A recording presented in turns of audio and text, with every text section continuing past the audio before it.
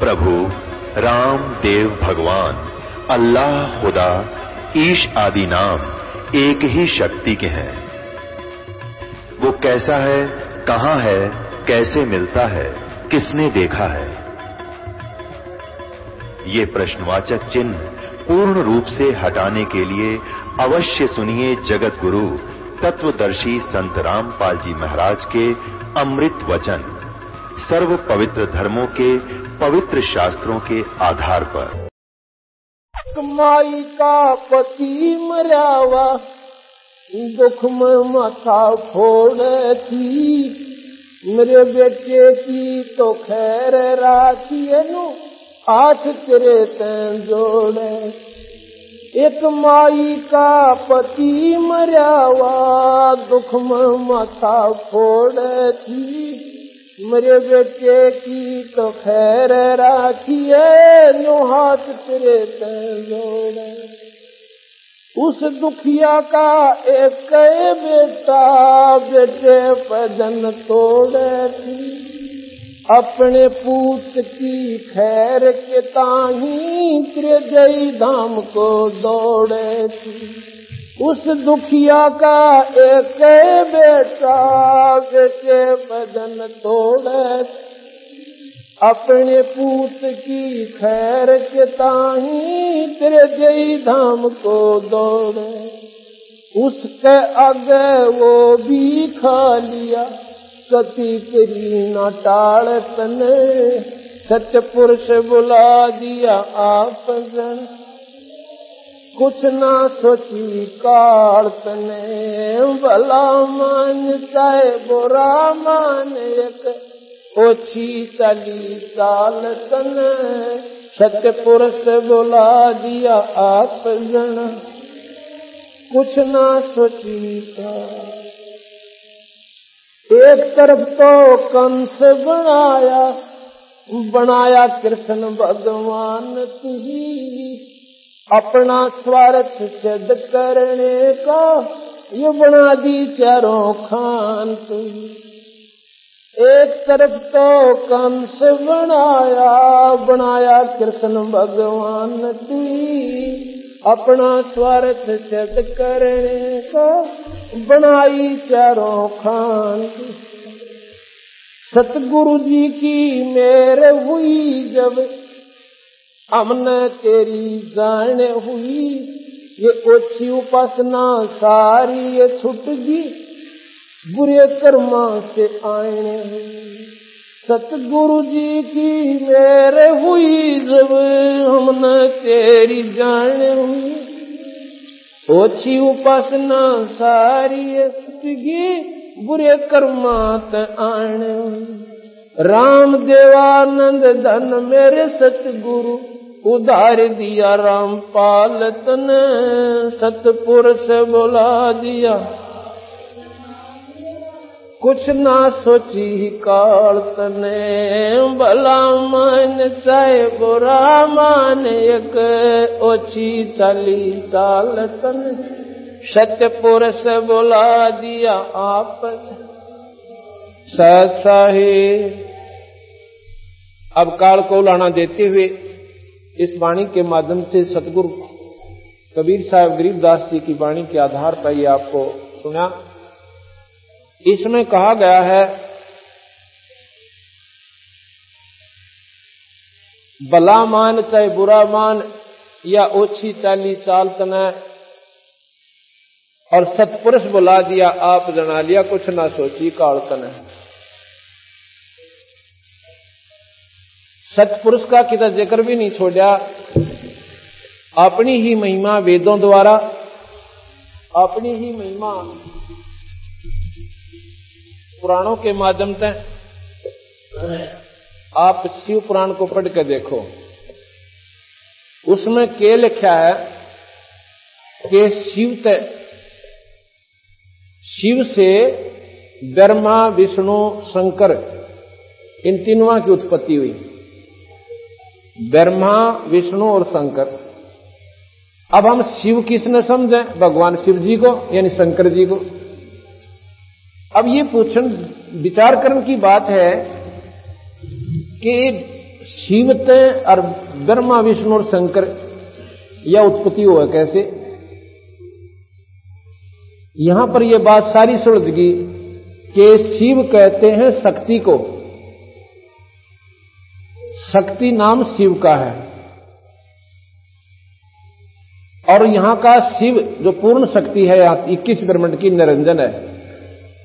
निरंजन से ब्रह्मा विष्णु महेश की उत्पत्ति हुई। वहां भी उसने अपनी महिमा गाई और फिर लिखा है कि विष्णु जी से ब्रह्मा विष्णु शिव की उत्पत्ति हुई। और फिर विष्णु कहां रह गया? फिर ब्रह्मा विष्णु शिव की उत्पत्ति विष्णु से, वो महाविष्णु महाशिव महाब्रह्मा वो कौन है? वो स्वयं निरंजन है। वो अपने 3 रूप बनाकर स्वयं इन जीवों को धोखे में डालन खातिर और इस माई के 3 रूप बनाकर अपने साथ रखता है। जब शिव हो गया तो मां की जरूरत कहां रहेगी?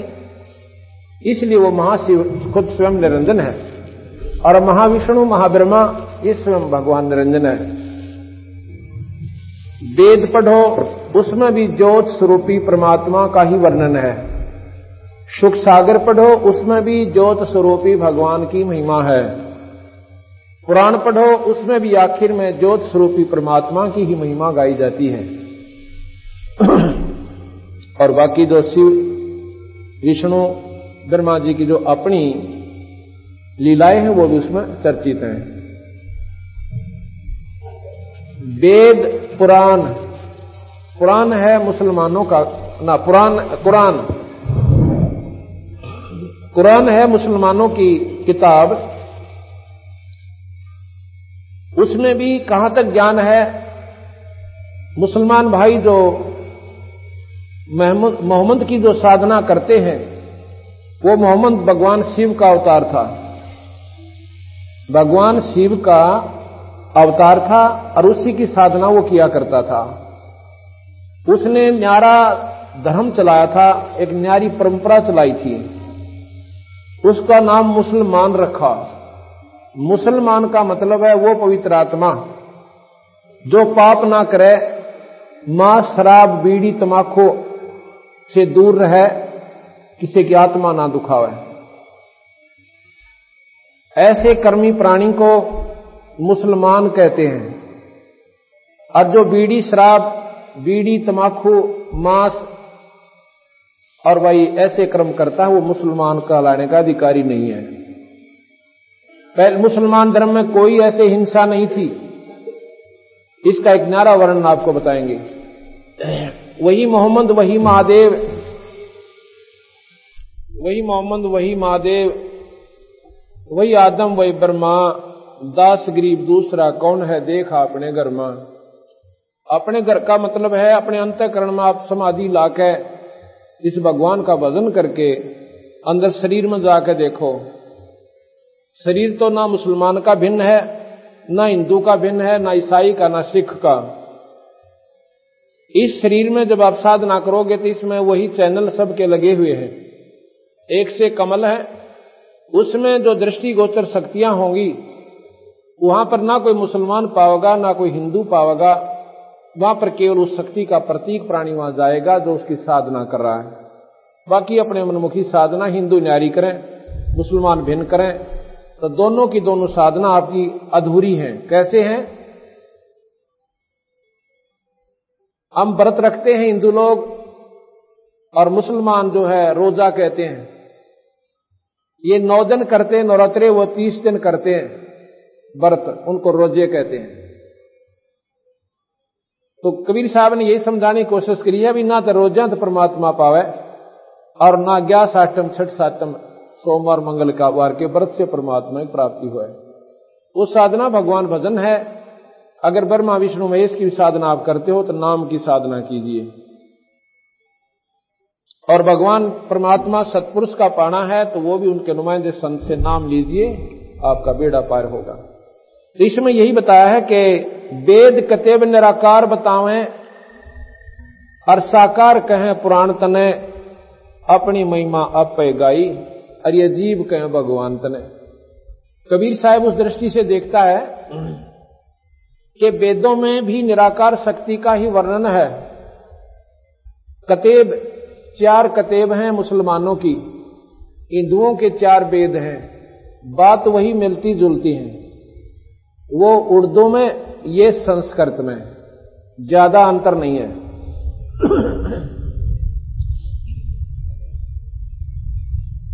वेद तो बताते हैं वो निराकार शक्ति, और कतेब भी निराकार, और पुराण कहें वो साकार के अंदर है।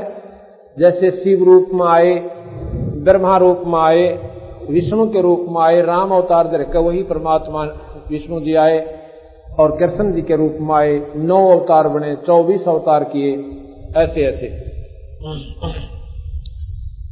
तो ये सारी जानकारी, इस निरंजन तक का ज्ञान हमें वेदों, पुराणों में, शास्त्रों में, उपनिषदों में सहयोगी बनकर योग साधना से प्राप्त किया। यहीं तक का ज्ञान रहा। आप देखिएगा, किसी भी योगी पुरुष का कोई शास्त्र पढ़ कर देखना, जिसने अपने अंदर की साधना की हो, उसने लिखा है कि शरीर के अंदर हमारे कमल बने हुए हैं। उन कमलों के अंदर से वो जीवात्मा, वो सुरत समाधि लाकर के उनके अंदर से निकलती हुई और यहां पर सहस्रार कमल में पहुंच जाती है। उनकी वो आखिरी उपलब्धि है कि सहस्रार कमल में जो योगी पहुंच गया वो ब्रह्मलीन हो गया। गरीबदास जी महाराज कहते हैं सहस्रार कमल में निरंजन है, 1000 उसकी ज्योतियां हैं, 1000 कमल हैं।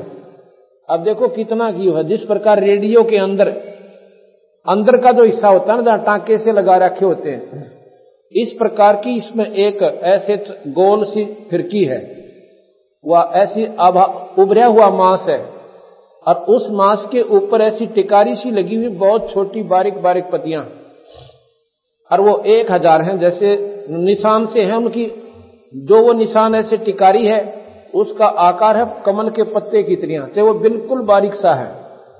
उसका जब अंदर सूरज जाती है तो उसकी ऐसा आभास होता है जैसे कमल के पत्ते होते हैं, और ये भजन सुमन से ऐसे खिल जाते हैं। वो मांस के ऊपर वो चिपी हुई है, अंदर जो मांस है उसके ऊपर जो बनी हुई है, जैसे जीव है ऐसा ही वो अंदर सिस्टम है। ऊपर का हिसाब देखो जैसे कितना प्लेन है, ऐसे वो मांस उभरा हुआ है। उस मांस के ऊपर ऐसे जैसे फिक्स कर रखे हैं, और इस नाम के ओम मंत्र से वो ऐसे खिल जाते हैं, बिल्कुल तन जाते हैं, और अपनी अपनी न्यारी न्यारी स्थिति लेकर के उसमें उसी स्थान पर वो फूल से जाते हैं। उनका फूलना भी थोड़ा सा ही है, और जब वो फूलते हैं तो उनमें से चमक निकलती है, ज्योति निकलती है। 1000 ज्योतियां ऐसे जग जाती हैं, नो रिमझिम हो जाती है। तो योगियों की ये अंतिम उपलब्धि बताई कबीर साहब ने, गरीबदास जी, और शास्त्रों में भी यही है।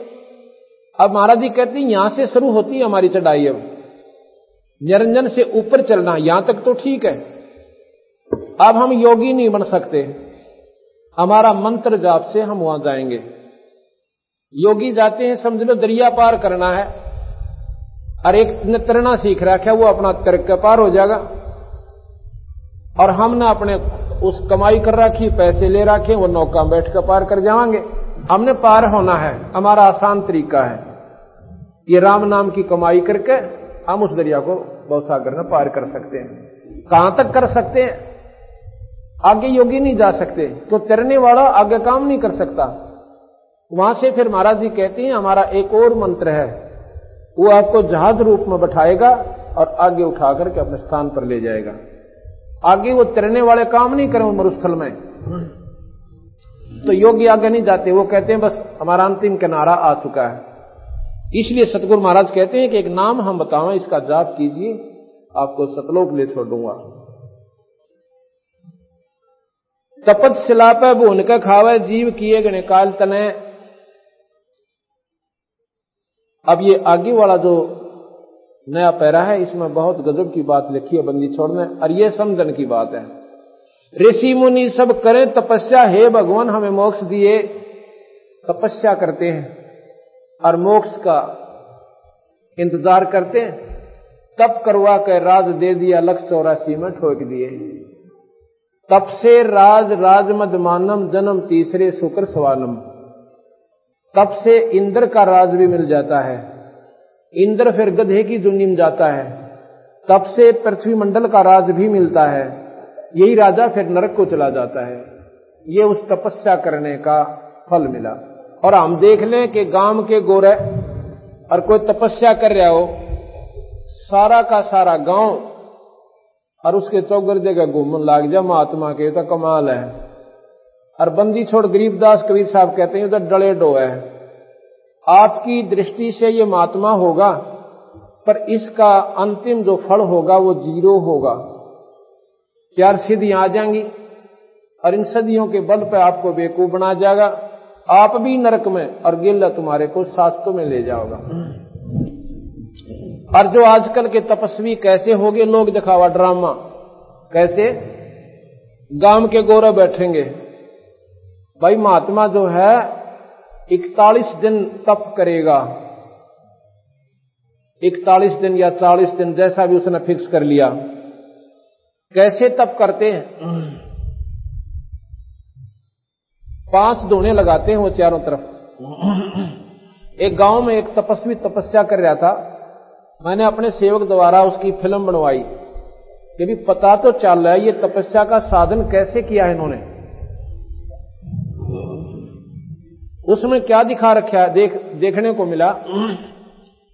वो तपस्वी 5 धोने लगवाता है अलग अलग, इतनी इतनी दूरी पर, और उपलों के गोशों के। और फिर वो जब गोशों का धुआं बंद हो जाता उपलों का, ऐसे वो धंधकने लग जाते हैं, तब वो उनके बीच में बैठता है। उससे पहले और क्या प्रक्रिया करता है?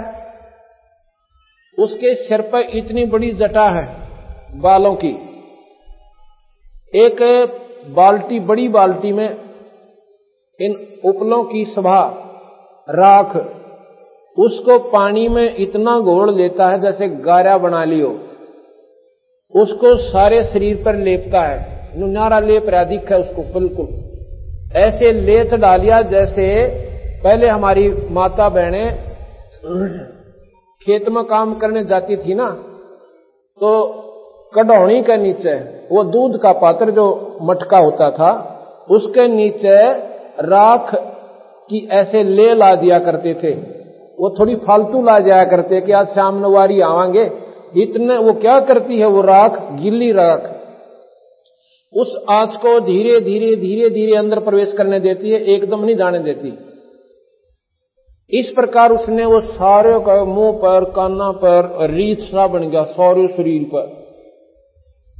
और फिर वो जटा खोल कर उस बाल्टी में दे दी, नो की नो सर करके, और फिर उसको नो करके कति गच बनाकर नो बांध करे नो धर ली ऊपर, ऐसे रख ली। और फिर वो दोनों के बीच में पहुंचा, इतने बार आग धंधक के यानी पूरी सुलग के और धीमी पड़ गई। अब क्या होता है कि जिस पर वो जो उपले गोसे होते हैं ना, ये राख ऐसी होती है ऊपर से एकदम फैड हो जाती है, राख बननी शुरू हो जाती है, और वो राख उस आंच ने दाबना शुरू कर देती है। आंच नहीं आने देती बाहर, वही राख उनके बाहरले हिस्से की उपलों की जो राख है उनको आगे से इतना दबा दे है कि उन उपलों की आंच बाहर नहीं आती, बहुत कम। आप करके देखो इसको। अच्छा, फिर वो बैठ गया जी भगत जी उसके बेचारे, और जब वो चला ना, और वो बोली बोली दुनिया बाण बेटी गांव की इकट्ठी हो रही, और सुल्फा पाड़ मेरे बैठे तो गुरदा उसका है, वो लागे उसकी जय बोलन, और वो बैठ गया बेचारा। और लड़कियां बेचारी बोली बाड़ी उसके परिक्रमा करती हैं, उसके गीत गावे महात्मा नूर जोगी नो फलाना नो। अब वो क्या करता है कि आध घंटे तक और 3 घंटे बैठता, वो आध घंटे तक तो वह राख जो पहले गीली करके लीप रखी थी वह आंच न ना जान दे। आध घंटे के बाद वो क्या करता है, ये ऊपर के बाल खोल लिए, वो नो का नो पूछड़ सा, और पाछे न डाल लिया।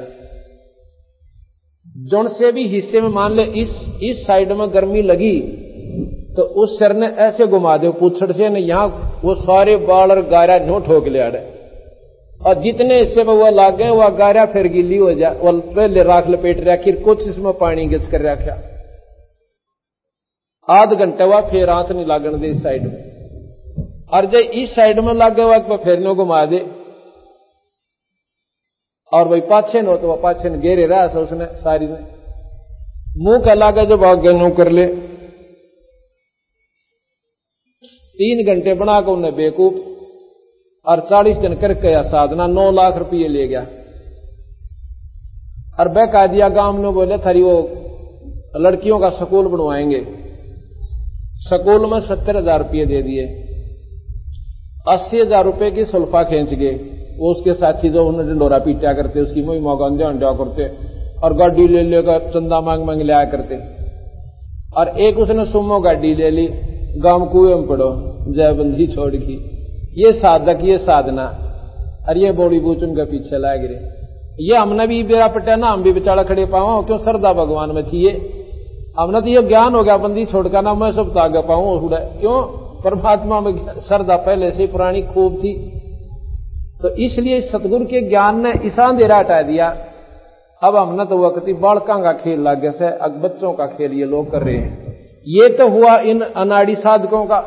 अब आपको उन साधकों का जिक्र करते हैं जिन्हें अरबों वर्ष तप किया और कति मरना मांड दिया उस मालिक के नाम में, तो भी उनकी गति नहीं हुई। उसके बारे में भी बताते हैं।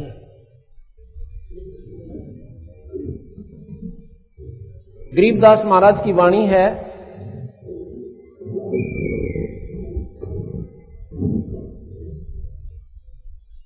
विलास बोध। उसमें आपको फिर सुनने को मिलेगा। अब उन तपस्वियों का गरीबदास महाराज वर्णन देते हैं। एक मन मुरारी तपस्वी को तप किया था। मन मुरारी नाम के तपस्वी ने एक बार तप किया था। 10,000 वर्ष शिला पर बैठकर, एक पत्थर के ऊपर बैठकर, लोग दिखावा नहीं, एकांत में चला गया और कुछ खाया ना पिया, यानी अपना खाना खा और फिर बैठ जाए।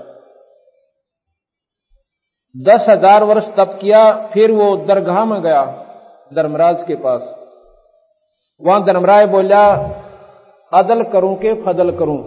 फजल कहते हैं रहम को, अदल कहते हैं न्याय को। धर्मराज बोला कि न्याय करूं या मैं रहम करूं। अब तपस्वी ने सोचा कि रहम क्या करवाऊं, मैंने तप कराया है, मेरा फल देगा। कहता आप अदल करो, न्याय करो। बोला अदल करो, अदल माने न्याय करो। तो धर्मराज बोला कि शिला तुम्हारी के हमारी? वो जिस शिला पर तने भजन किया था, तप किया था, वो तेरी थी या मेरी? वो तो आपकी ये थी जी। जय न्योकव है कि मेरी थी, तो वो कहता कि ला उठा के तेरी थी। तो अगना जी वो तो आपकी ये थी, मेरी थी। तो भाई न्या तो यू सही 10,000 वर्ष उस मेरी शिला ने सर पर धर ले और जा। फिर कहता है रहम करो, अगना रहम करो तो मैं अपने सर पर धरूं, ऐसा ऐसी गलती मैं ना करूं। फिर उसको सर्प बना के उस तपस्वी को उस शिला के नीचे 10,000 वर्ष काटने पड़े। ना तुम्हारी तो 10,000 वर्ष शिला धर ले सिर ऊपर। फिर मन मुरारी ने कहा फजल करो। धर्मराय बोला भाई लेखे सर लेखा भाई, मैं धर्म का राज करूं हूं और तेरे सिर तक उतारूं तो मेरे सिर पर धरिए। एक धर्मराय निरंजन ने अपना या न्यायाधीश छोड़ रखा, फिर मारी लेखा जोखा करनिया। अदल करके फजल करूंगा, तने पहला तो न्याय करूंगा और फिर तने बाद में अर्जी देना मेरे को, फिर तेरी फजल की सोचूंगा। फिर फजल के रह गया जब वो गधा बन दिया। जब मन मुरारी तपस्वी ने कहा 1000 बार तोबा, तपस्वी तो अनंत कोट हो गए। गरीबदास जी कहते हैं एक काना करण तपस्वी था, काना करण, उसने 22 लाख वर्ष तप किया था। तब उसके मन में मोद आई कि मेरे जैसा तप भाई किससे ने नहीं किया। जब धर्मराय ने उसके पास से विमान भेजा, चलो तुम याद किए हो तो रास्ते में कहा कि यहां पर एक पर्वत पर शिला है, इसकी परिक्रमा देख लो। जब वो तपस्वी गया, 18 करोड़ काणे करण अपने नाम लिख लिख, अपना पीरियड मैंने इतने साल तप किया था, वहां पर उस जैसे 18 करोड़ करण वो तपस्वी अपना नाम लिख लिख जा रहे। और तू भी लिख दे अपना भाई यहां पर। उसमें अभिमान ने होगा तूने 22 लाख तप कर लिया, तेरे जैसा कोई को नहीं। ये तो होया अभिमान की हुई करनी का, आगे इसका रिजल्ट क्या होगा वो बंदी छोड़ बताते हैं। फिर प्रियव्रत ने 11 अरब वर्ष तप किया था। प्रियव्रत ने 11 अरब वर्ष तप किया। 11 अरब वर्ष तप राज मिल गया। जितना उसने तप किया उसके बदले में राज दे दिया। जब धर्मराय ने पार्षद भेजे, प्रियव्रत तुम चलो, 11 अरब वर्ष तो तप किया, 11 अरब वर्ष तो ने राज किया, इतने में कोई भजन में सांस लेखा नहीं लग गया, नाम तो जपा को नहीं, और डले ढोण में लग्या रहा। पहले तो तप के डले ढोए और फिर राज के डले ढोए। अरे गधे बनने की तैयारी, चल भाई खड़ा हो। अब धर्मराज प्रियव्रत कहता है कि मुझे एक सांस और दे दो। ने बोला खबरदार जब सांस लिया तो तेरे ताई सांस लेने का हुक्म नहीं है। इतने में तो दम लेखा कोई लाग्या नहीं, यानी श्वास सुमरण में नहीं गया। जब प्रियव्रत बोला मेरे ताही एक दम मांगा दे हो, पार्षद बोले खबरदार जे तू दम लिया, दम लेने का तेरे ताई हुक्म नहीं, आगे धर लेगे। जब चित्रगुप्त ने लेखा लिया, भाई पहले तो तप किया और पीछे राज किया, कहो कुछ लाए के खाली आए। तब प्रियव्रत बोला जी महाराज जी मैं तो खाली आया। अब वहां बेरा पाटा उसने तन तो काम का डले डोए थे और पहले आंडी पाके और दुनिया रह जाएंगे। और छोटी मोटी सिद्धि किसी का काम भी सार दिया होगा, वो भी उसकी कमाई खत्म हुई। और हम रास्ता क्या बताते हैं कि तुम खुद साहूकार बनो, एक नाम देंगे आप भी भजन कर सकते हो, कोई बड़ी बात नहीं।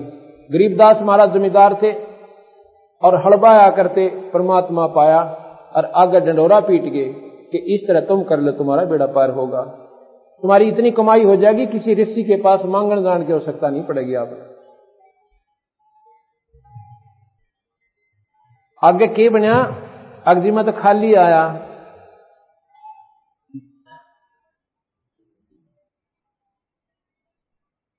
खाली आए। जब प्रियव्रत बोला महाराज जी खाली ही आए। जब धर्मराय बोला करो इसका मुंह काला।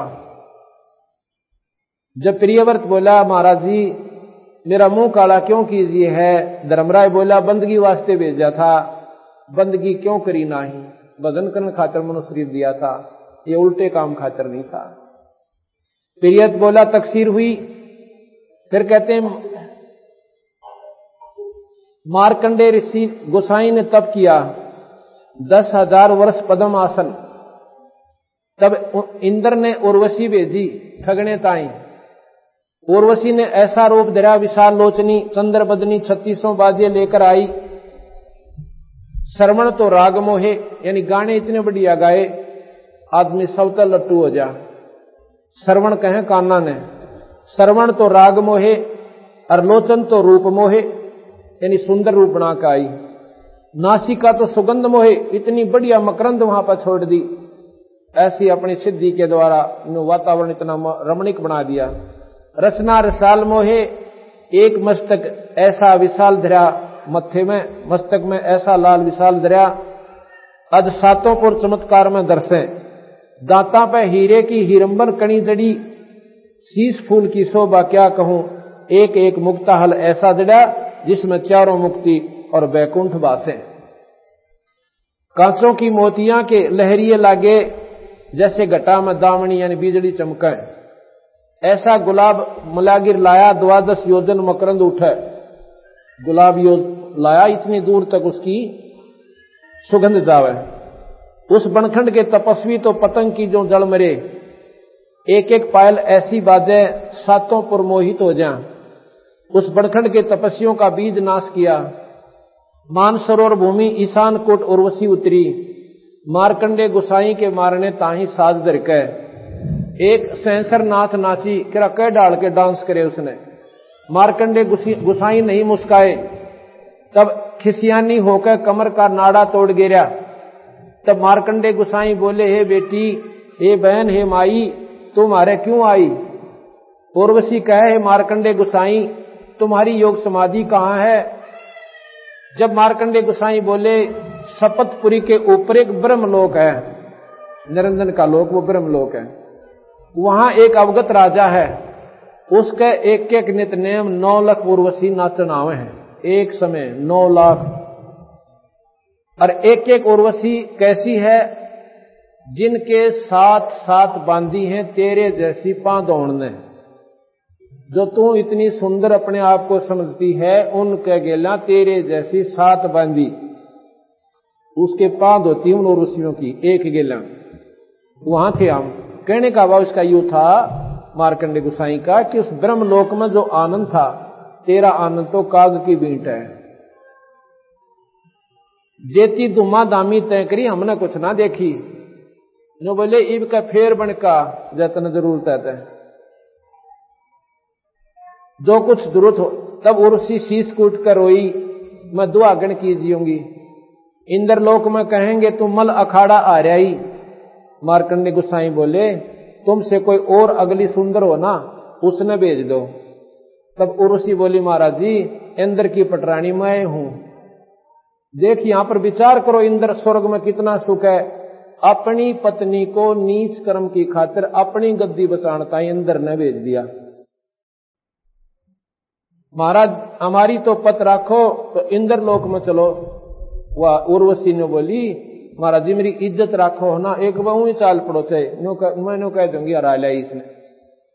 हम 3 लोक के मुनीश्वर तो लूट लिए, और तुम किस लोक में रहो तो मैं जानो। मार्कंडे गुसाई कह है, वो तो कुमार हैं जो तेरे ऊपर चढ़े हैं, तू गधी है, कोई पजावा लावना ना नीम उसारनी। इंद्र मरेगा जब किसने करेगी? महाराज मैं 14 इंद्र वरूंगी। इंद्राणी कहती है, मैं 14, इतनी आयु है मेरी, ये 14 इंद्र मरते रहेंगे और मैं वहीं पर न्यों की नो पटरानी रहूंगी। 14 इंद्र मरेंगे तो कहां जाएगी? उर्वशी कहे, मृत लोक में गधी कीजियूंगी, और जेते इंद्र में भोगूंगी वो गधे बनेंगे। तब मार्कंडे गुसाई बोले, तुम्हारे ताई इंद्र लोक में क्यों ले जावे थी? अपनी पत राखण ताई, इज्जत राखण ताई। तो आगे कहते हैं मार्कंडे गुसाई बोले, फिर गधियां का पथ किसी, फिर इज्जत की भी बात क्या देखा बौड़ी बूझ। तो जब स्वयं ऐसे आप बताने लग रही मेरे 14 खसम होंगे और फिर वह गधे बनेंगे, मैं गधी बनूंगी, उस इंद्र लोक नाम न चाहिए कोई ना, उस स्वर्ग ने तू ही राख अपने दौरे। अब यही गरीबदास जी कहते हैं ब्रह्मलोक में इतना सुख है, इन उर्ले स्वर्गों से ज्यादा है, और सतलोक में तो गिनती है कोई ना, ये सारे फेल हैं, ब्रह्मलोक भी फेल है उसके आगे। तब उर्वशी प्रणाम करके उठ गई। तब इंद्र आन कर मार्कंड, अब ये नियम है कि जो उस उर्वशी से नहीं आ रहा तपस्वी, तो उसको इंद्र का राज देना पड़ता है, इंद्र ने गद्दी छोड़नी पड़ती है। अब इंद्र आ गया, ने बोला महाराज जी वो राज ले लो। तब इंद्र आन कर मार्कंडे गुसाई के चरणों पड़े, चलो बंद निवाज इंद्रपुरी लीजिए। मार्कंडे गुसाई बोले, रे इंद्र तू के कहे? अरे रे इंद्र, हमारे इंद्रपुरी किस काम की? हम तो नी कामी है, नी इच्छा है, निर्गंध है, निर्वासिक है। एक समय हम ब्रह्मलोक में जावा थे, तो वहां पर भाई देखे तो 87 लील इंद्र बैठे हैं। तेरे जैसे राजा उस ब्रह्मलोक में नील 87 लील, जैसे शंख नील ऐसे होते ना, ऐसे करोड़ पद्म लील ऐसे, तो तेरे कैसे 87 इंद्र उस ब्रह्मलोक में बैठे थे। तब उन्होंने हमारे चरण लिए, तेरी गद्दी ने के चाटू, तेरे जैसे तो मुझे नमस्कार करते हैं वहां पर। ये ब्रह्मश्रेय की बातें हैं। ब्रह्मश्रा कैसा है? असंख्य असंख्य कोष में शैल है, सो तुम्हारी इंद्रपुरी काग की बीट है। यो पटरा देकर मार्कंडे गुसाई ने इंद्र समझाया। और जय जाने तो इंद्र पदवी का संकल्प लो और लख 84 की खाल तो छुटवाऊं तेरे ताई। मार्कंडेय ने बोला भाई तो इस इंद्रपुरी ने छोड़ दे आज तक और दे दे किसे ताई और तेरे को ब्रह्मलोक में ले चलता हूं। अब वही बात से भाई यहां थोड़ा सा सुख हो जाओ, कतई नहीं छूटे।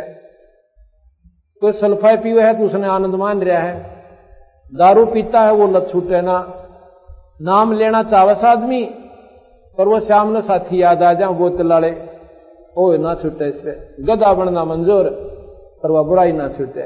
और इंद्र राज ने छोड़ा क्यों कर के बोला, इंद्र बोला महाराज जी ईब तो मौज मारने दो फिर देखाएंगे, फिर टट्टू देखा गधा बने पाचे। अब पीछा छुटवाने का समय तो अब है, छोड़ी सड़ंगे ने यानी सारा जो खाम खा का चक्कर पा रखा। इब सुख ने अगर विवरण करे तो फिर इसका भाव ही बदल जाता है इंसान का, जो थोड़ी सी समझ से काम ले लेता है।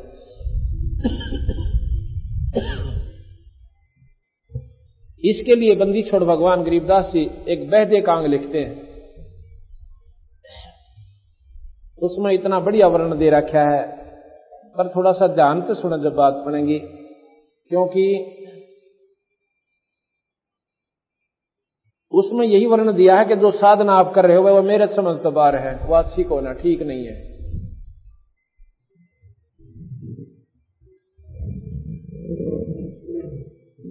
कैसे है?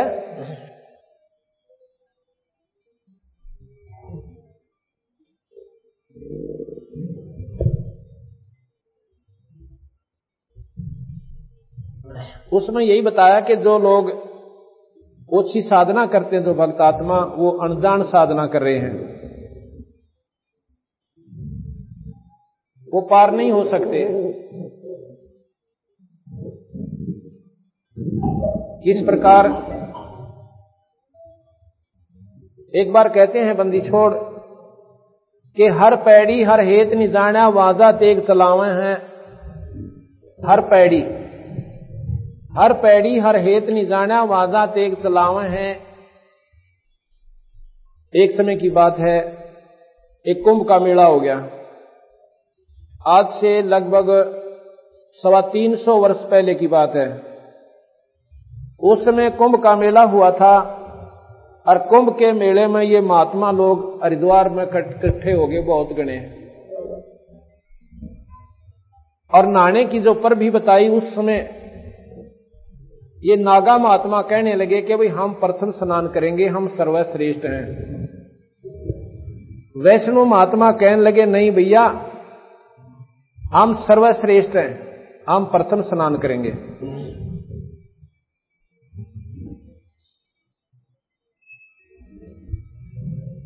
तो वो नागा कहने लगे नहीं, हम प्रथम स्नान करेंगे और हम सर्वश्रेष्ठ हैं।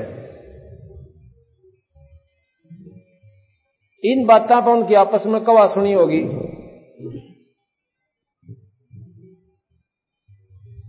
कवा सुनी होगी तो पहले तो वह मुक्का हुए वो महात्मा, उसने उसके जाड़ पर मारा, उसने उसका होठ फोड़ दिया और भाई फिर डले लाग गए चालन। फिर नौके त्रिशूल काट लिए, तलवार निकाल ले। वहां पर 25,000 व्यक्ति, 25,000 वो महात्मा आपस में लड़कर मर गए और गंगा के पानी को लाल कर दिया। अब गरीबदास जी महाराज जी ने कही भी न महात्मा को है, ये तो पशुओं से भी बुढ़ा कर्म किया इन्होंने। अब स्नान करना था, एक बुद्धिजीवी आदमी, वो भी कोई नहाता हो ना पैड़ी पे, और वो आके नो कहला भाई थोड़ा सा नौन सी हो इधर वाले, वो भी राह दे देगा, काजा भाई नहा ले। इतना सद्भावना होती है। और जिन महात्मा का उन्होंने इतना अनर्थ कर दिया, तो महाराज कहते हैं जब वो महात्मा होते ना, अब महात्मा तो हाथ भी नहीं उठा सकता किसी की तरफ और कीड़ी भी ना मार सकता, और वो आपस में पालियां की तरह कटका मर गए, बौड़ी बूचा की तरह। पशु भी बढ़िया उनते हैं तो महाराज जी कैसे। तो यहां क्या बताया, तीर तुपक तलवार कटारी जमदड़ जोर बदावे हैं, हर पैड़ी हर हेत न जाना वहां जा तेग चलावे हैं। जो भी वैदा है, वैदा कहें अनावश्यक बातें हैं जो ये अपने आप कर रहे हैं ना मनमुखी साधने, ये ठीक नहीं है। तीर तुपक तलवार कटारी जमदड़ जोर बदावे हैं। हर पैड़ी हर हेत नि जाना वहां जा तेग चलावे हैं। परमात्मा का प्यार तक गए भूल और की पैड़ियां पहनोगे लठ बजान लाएंगे। कहां भाव रहा तुम्हारे अंदर भगवान का? काटे शीश नहीं दल करुणा और वह जग में साध कमावे है। शर काटे दया नहीं और उन दुनिया साधु के अधिकारी को ना भाई बता, ये तो बड़े बेवकूफ बना रहे हैं। काटे शीश नहीं दिल करुणा जग में साध कहावे हैं। और जो नर उनके दर्शन जावे उन नवी नरक ले जावे हैं। जब उनमें स्वयं इतनी मुंडी आग भरी पड़ी अब वो साधकान किए देंगे, यह समझ में नहीं आई। जब समय आचरण इतना गंदा उन लोगों का तो बेचारे वो भोली भाली आत्मा उनने ग्यारती तारे ना कुछ लेना ना देना। संपट चलाकू साहेब कहते चेतन चार सार चलावे हैं। अंधा जगत पुजारी जाका फिर दुनिया को बनवावे। या दुनिया का राजी होती है फिर जाएंगे पुजारी जी दो रहे, वो मूर्ति पूजा बता देगा। अब इस पत्थर में मूर्ति में भगवान है, इसका ऊपर जल चढ़ा दो और पता से चढ़ाओ के मैं पैसे दो, आपकी मौत कितने दर दो। अब ये विचार कीजिए, परमात्मा उस मूर्ति में नहीं है। अगर ये सच्चाई बतावे हैं तो स्वीकार नहीं होती, जैसे परसों मैंने बताया था, क्योंकि नई संगत आती हर बार में। और हमारा उद्देश्य है कि यू अंधेरा जो अज्ञानता का कर रखा है ये थोड़ा हट जावे। और हटेगा जब अंतःकरण में यह बात पक्की दस जाएगी कि आप झूठ से, वैसे कहने तो नहीं छूटती है बीमारी, ये तो छूट की बीमारियां देखा देखी लागे। जैसे बच्चे की फर्स्ट क्लास की बुक है, उसमें आम का चित्र है और आ का आम। ये तो ज्ञान हुआ कि आम क्या होता है कि फलों का राजा है, मीठा है, बड़ा आनंद आता है। और बच्चे का मुंह पानी भरा हुआ, आम तो खाओ फिर इतना बढ़िया इसमें मीठा है तो। और जब उसका आम खाने में दिल करे और कायदा खोल कर बैठ जाओ, पहली की क्लास का पहली किताब उसमें करें जाओ आ का आम, आम की आरती तार ले, लेकिन वो आम स्वाद नहीं देगा, वो खाया नहीं जा सकता क्योंकि वो चित्र है, आम नहीं है। इसी प्रकार हमारे पूर्वज अनजान होते थे, अनपढ़ होते थे, और पहले साधक जो पंडित होते थे, बड़े विद्वान होते थे, वो भगवान की साधना विधि से करते थे, ऐसे नहीं करते थे जो से अब गलत रास्ता बता दिया। अब वो बुढ़े जो अनपढ़ आदमी जाकर पूछता महाराज जी भगवान कैसा होता है, एक न बतावे दो न बतावे, भाई चार भुजा होती हैं, एक हाथ में कमल है, एक में फूल है, एक में नूस है, गदास है। उन्हें वह चित्र बना दिया एक माटी का। कोई पूछे नो कह दे ईसा हो सब भाई, ये मूर्ति देख ले, ऐसा भगवान होता है। लेकिन पावगा विदित है। अब उनके पूर्वज आए, उन पंडितों के, उन मूर्ति धर ली। अब हमारा पिताजी जो था मूर्ति ने भगवान दिखाया करता, ईब उसकी आरती तारन लागे, उस मूर्ति पर पानी डालना। वो तो पूजा श्रद्धा की खातिर करते थे, अपने इष्ट की मूर्ति देखा नमन कर लिया, श्रद्धा बन गई। और उससे मुक्ति को ना कुछ भी लाभ नहीं, सिर्फ अपना भावना बनी रहेगी। ठीक है, उस मूर्ति को देखते उसके गुण याद आते हैं। जैसे आम देखते हैं, आम के गुणों का बेरा पाट है, लेकिन उस आम नहीं है। तो इस प्रकार जब हमने आम चाहिए तो 20 रुपये गोज में गाल है और मंडी में जावे आम करे तो कोई बताओगा वो दरे भाई, और उस बेचने वाले से कह ले भाई कैसे देता है, इतने रुपये किलो, अब जितने लेने उसके पैसे दे, आम खा ले। कायदे में आम तो लाख वर्ष देख ले कतई नहीं मिला। इसी प्रकार परमात्मा मंदिर में नहीं है, उस मूर्ति ने 100 बार देखा हो, अर्जन में 3-3 बार तीतारा हो, आम परमात्मा तो मिला कोई नहीं। परमात्मा संतों के पास जाओ, राम नाम देंगे, उसकी कमाई करो, उस धन ने लेकर फिर जाओ भगवान की मंडी में, और वहां फिर आपको वो गुण मिलेंगे, वो सुख होगा। उस नाम की कमाई के प्रतिफल में उस परमात्मा के गुण आपको वो लाभ देना शुरू करेंगे। कैसे गुण होते हैं? अंधे ने आंख दे भगवान, लंगड़े ने टांग दे दे, बांध ने पुत्र देवे, निर्धन को धनवान बना दे। ये जब काम करेगा जब आप उस प्रकार उसकी कमाई करके और वो उसका लाभ उठाओगे। तो ऐसे को ना जब मूर्ति पर पानी चढ़ा तो भगवान मतलब इससे बढ़िया साधना कोई भी को नहीं। और अपने घर बना ले और रोज उस पर पानी एक मटका दर्जा सुराख कर का फिर भर दे। ये गलत साधना बना रखी है आप लोगों ने। आपने साधना विधि से करनी पड़ेगी और जब आपका छुटकारा होगा। इस प्रकार आपने तपस्वियों का तो सुन लिया कि तपस्या कैसे होती है और इसका कैसे लाभ इस प्राणी को होता है। आगे फिर बताया, इसमें लिखा है कि तप करवा के राज दे दिया 84 में ठोक दिए। एक गलत धारणा, गलत साधना इस काल निरंजन ने, ज्योत निरंजन ने और हमारे ऊपर डाल रखी है।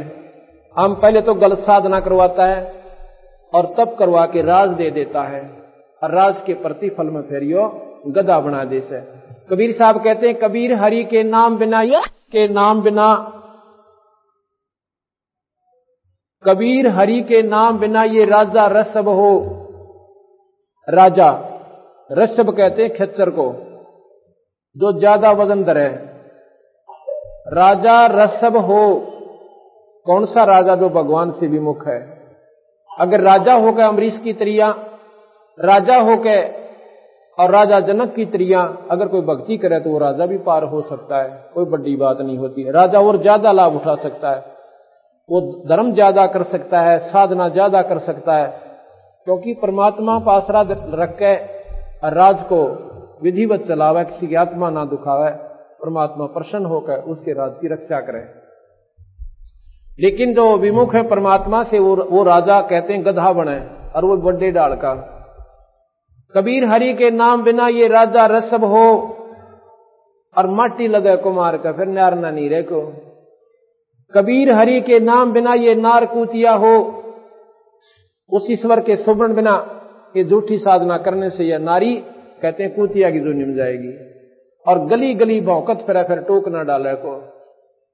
कबीर गरीबदास महाराज कहते हैं वह बीबी पड़दे रहे थी अरे डोडी लगे थी बार, इब गात उकाड़े फिरती हैं वो बण कुतिया बाजार। राजा की रानियां जो कि पर्दा में रहा करती थी एडी से लेकर चोटी तक, एक परमात्मा के नाम बिना, ईश्वर के भजन बिना, वो अनजान आत्मा उन्हें न सोच रखा था या मौज तुम्हारी सदा बनी रहेगी, तुमने मौज मारोगी आगे भी रानी बन जाओगी। इस आसान रानी बनना नहीं होता, ना जाने कितने पुण्य कर्म उसके इकट्ठे थे जब जाके कितनी अच्छी स्थान उसको प्राप्त हुआ और आज वो रानी कहलाती है। कितनी सुविधा हुई उसको, 3-3 4-4 दासियां बांदियां नौकरानी उसके साथ रहती थी, काजू के हलवे खाया करती थी, उन जूठे छोड़ देती थी, वो बांदी खाती थी और दिन में 3-3 बार श्रृंगार करती थी, 6-6 सूट बदला करती थी। और उस मूर्ख ने नहीं सोच रखा था या मौज नहीं बनी रहेगी। ऐसा क्यों सोचा उस बेचारी ने? क्योंकि सत्संग नहीं मिला, सत्संग वहां तक नहीं पहुंच पाया, क्योंकि वह डोडी लादी काल में कि तू रानी बन गई है और हमारी रानी को कोई देख भी ना ले, इतनी ऊंची टांग दी। और फिर वो खो का उस अनमोल मानुष जन्म में वह कुतिया बन के बुगाड़ी आंडे पैर ले जुगले कितने पैरेगी। तो ये बातें आज बेशक खाटी लगे पर ये मीठी होंगी आपको जो इन बातों को अमल कर जाओगा। कबीर हरि के बीबी पड़दे रहे थी और वो डोडी लगे थी बार, इब गात उगाड़े फिरती हैं वो बनी कुतिया बाजार। इब कुतिया का जीवन बताते हैं आगे कि वो पर्दे की सुंदरी अर्चनो संदेशा मोर, इब गात उगाड़े फिरती हैं वो करें सरा में सोर।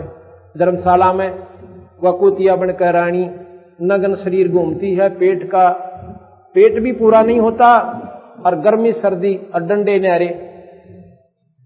पहले अतिथि लोग धर्मशाला में आते थे और वहां पर अपनी रोटी साथ ले आया करते थे और रात को रुक जाते, पहला चूरमा ले जा करते, 2-2 3-3 का इकट्ठा बांध गई इतना, और रोटी भी इकट्ठी बंधवा लेते थे। रास्ते पैदल चलते थे, धर्मशाला में रुक गए और वहां अपना रोटी खाई। उसमें वह रानी, वह कुतिया, अब वो रानी जो कुतिया बनी हुई है आध घंटे तक उस रोटी खाने वाले के मुंह का ना देखे। इतने टूक की खातिर आध घंटा उसके मुंह की कहानी उसकी देख रिहर्सल फिर मुंह की, कदे न्यू करे से कदे न्यू करे है जहां युब डाल दे। और मेरे के साथ निर्भाग भूल जा, वह बेचारी हाथ दाड़ के फिर दूसरे की उम्मीद करती है। और डाल दिया था रेत में लपेट के न्यू पका दिया जाता है टूक। और वह रानी जो काजू के हलवे खाती थी आज रेत लपेटा हुआ वो टूक खाती है और उसमें भी पेट नहीं भरता, फिर दूसरे न ढूंढती है। वहां उसके भाग उसने टोक मिला का जूत मिला। उसके बाद महाराज कहते हैं कि नक बेसर नक पर बनी वो पैर थी हार हमेल, और वह सुंदरी से कुतिया बनी सुन साहिब के खेल। एक छोटे से काम में ना आप काम भी करते रहो और परमात्मा ना भूलो, आपको मनुष्य शरीर मिले और फिर भक्ति मिले, अच्छी जगह आपका जन्म हो। आगे इस काल में के गरगाले 5 तत्व की कैद बना के और इसके अंदर रोक दिए। या कैद है हमारी ये 5 तत्व का पुतला, कितना बढ़िया लागे। इसकी व्याख्या करें ना, यूं क्या चीज है तो इतनी घटिया वस्तु ये शरीर है हमारा, इससे घटिया कोई चीज नहीं पृथ्वी पर। लेकिन ये बढ़िया क्यों है, इससे हम परमात्मा पा सकते हैं, इसलिए इस तो बढ़िया कोई वस्तु भी नहीं बताई। अगर राम का नाम नहीं लिया तो फिर इस जैसी घटिया चीज नहीं। तो क्यों है, कहते हैं पशु के चाम की जूती बन जा और नौबत और नगारा, और नर देही कछु काम ना हो जड़ बुझ हो जा छारा। इससे तो कितने जोगी भी कोई ना, पशु के चाम की जूती बन जा फिर वो सेवा मिले। भाई महात्मा भी पैर उस चाम को, मरने के बाद चाम आपसे मारकर जो बनाई जाती है जूती वो हानिकारक है, वो पाप है। स्वयं मर जाते थे पशु, उनकी जूती बनती थी। उस चाम को संत पहनते और संतों की रक्षा करते उसके चाम की जूती, तो उस पशु को भी लाभ मिलता। और इस न मेरे पास कोई सेवा को ना, इसकी 2 मुट्ठी राख हो जाएगी और गधे लोचा करेंगे इसके ऊपर से राष्ट्रपति हो। यहाँ पे इस राम ने बिना, राम भगवान के भजन बिना जीव का कति छुटकारा नहीं है। इस काल में क्या किया है कि 5 तत्व की कैद बना के इसके अंदर रोक दिए और मोह ममता की बेड़ी लाकर जड़ कर्म जगड़े में तोक दिए। ये मोह ममता की बेड़ी लाके देखो, आज हमने बेटा बेटी बाण भाई कितने प्यारे लगे और घर जायदाद, एक पल भी इनसे दूर नहीं हो सकते। और कल को मर जावे कितनी दूर चले जावांगे, स्वप्न भी ना हो इनके, किधर गधे बनकर घूमते फिरांगे। तो ये भी एक हमारे साथ धोखा किया इसने। फिर आगे बता कि कर्म गले जड़ कर्म गले में तोक दिए। अब यहां पर सभी कहते हैं कर्म प्रधान है, वेदों में भी कर्म को ही महत्व दिया है, पुराणों में भी सभी यही बताया कि जैसे कर्म प्राणी न करते हैं वो भोग्य से रहेगा। अब कर्म बाकी रह गए। इन कर्मों के आधार पर हमें स्वर्ग नरक और पशु, स्वर्ग नरक और 184 और मनुष्य शरीर ऐसे मिलता रहता है। ये कर्म और निरंजन न्यारे हमारे ऊपर छोड़ दिए, हमारे अपने स्वार्थवश बच्चे पैदा करवाता है और समय में हमारे बच्चा ने आप और हमें भी खा जाता है। ये विचार करने की बात है। ऐसे ऐसे परिवार हमें मिलते हैं जिनके 4 लड़के थे। एक पंडित जी मिला मुझे यूपी का, वहां मैं सत्संग कर रहा था एक गांव में। वो सुनता रहा, दिन में सत्संग था, सभी संगत जाली। जब वो बैठ कर, बूढ़ा आदमी था, लगभग 65 साल की आयु होगी, और उसकी आंखों में अपने आप आंसू धारा बंद गई। रोए भी नहीं, मतलब यूं नहीं, बस आंसू अपने आप गिरे। मैंने पूछा बुजुर्गों की बात होगी? नो बोला जी नो की नो बात से, जो आप, मैंने यही प्रकरण दे रखा था काल का उस दिन। नो बोला जी कति नो की नो बात से, मेरे 4 लड़के थे, लड़के हुए जब मैं फूला नहीं समाया। क्यों, आज से 40 साल पहले लड़का हो जाना जब तैसा हुआ करता, कति लड़के की ताज भी मैं तो हम ज्यादा है जैसे, पर अज्ञानता के कारण लड़का और लड़की कोई भिन्न नहीं है। ये तो अपनी बनाई हुई अपनी कल्पना से हमारी समाज को देखा देखी। तो वहां पर क्या हुआ, नो बोला जी मेरे 4 लड़के थे और 1 लड़की, चारों लड़के 2 साल के अंदर खत्म हो गए। 6 माही पूरी नहीं होने दे दूसरे की, इतना मर ले। कोई एक्सीडेंट में किसी ने सांप लड़ गया, और को सुसाइड कर गया।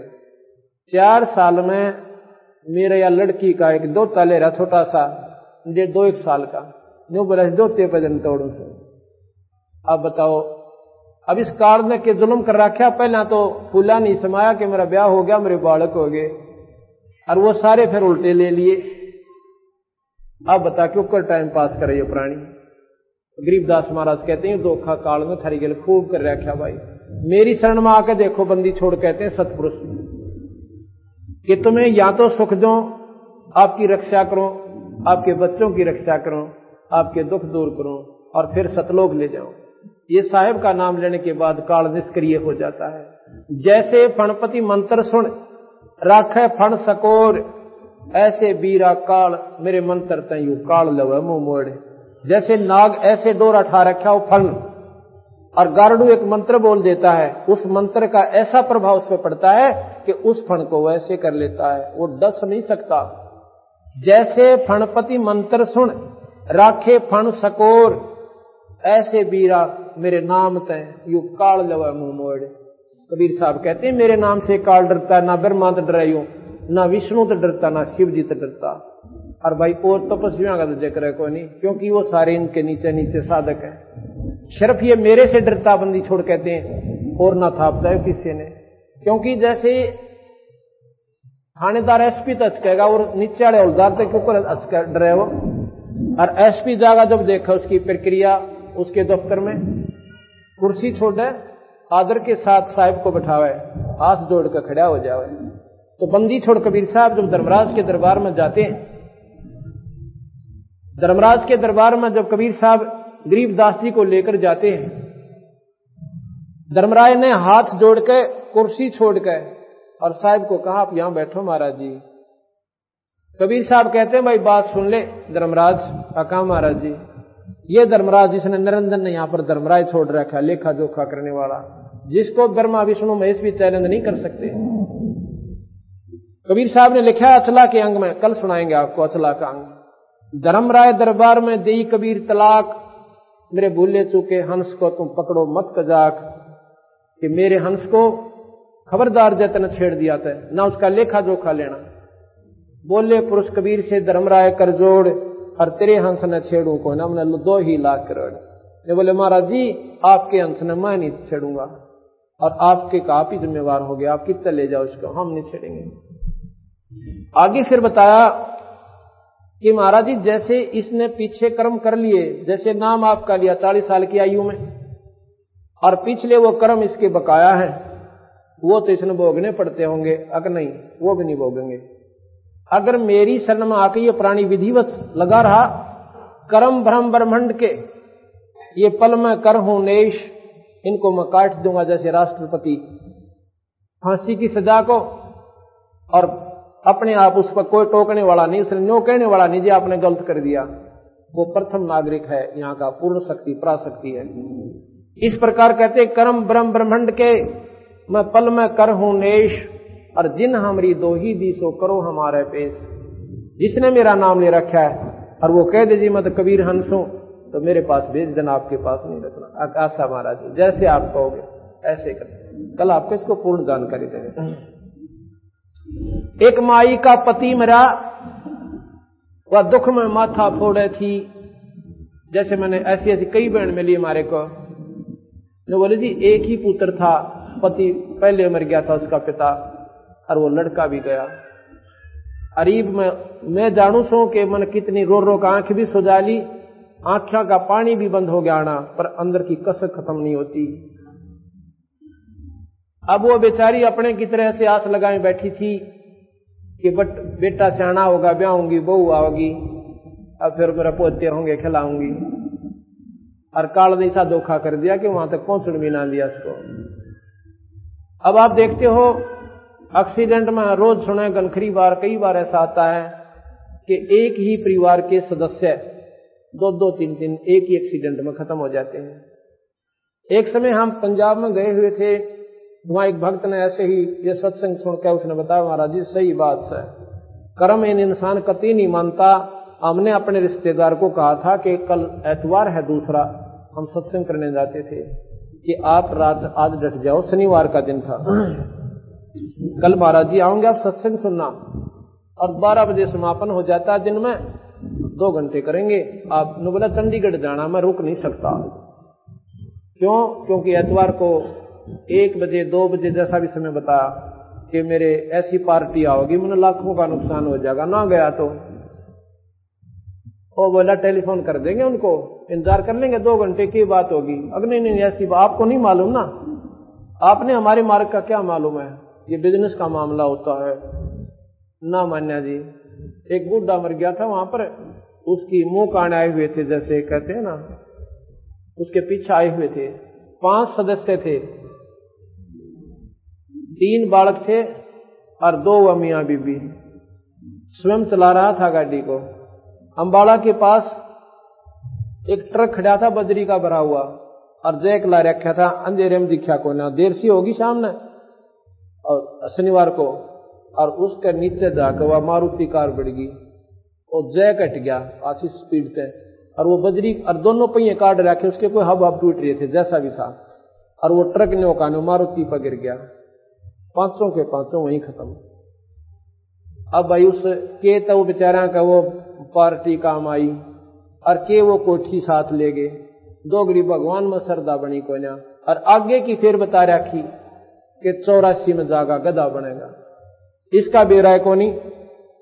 इसलिए कहते हैं उस विधवा का, उस माई का पति मरा, एक माई का पति मरा हुआ दुख में माथा फोड़े थी, मेरे बेटे की तो खैर राखिए नो आज तेरे तन जोड़ थी। अब बता काल का गा जोड़ा रिसर खाने हम बता कब तक माफ करेगा यो। आगे की बताया कि उस दुखिया का एक बेटा बेटे पैदन तोड़े थी, और मेरे पुत्र की तो खैर राखिए नो तेरे देव धाम को दौड़े थी।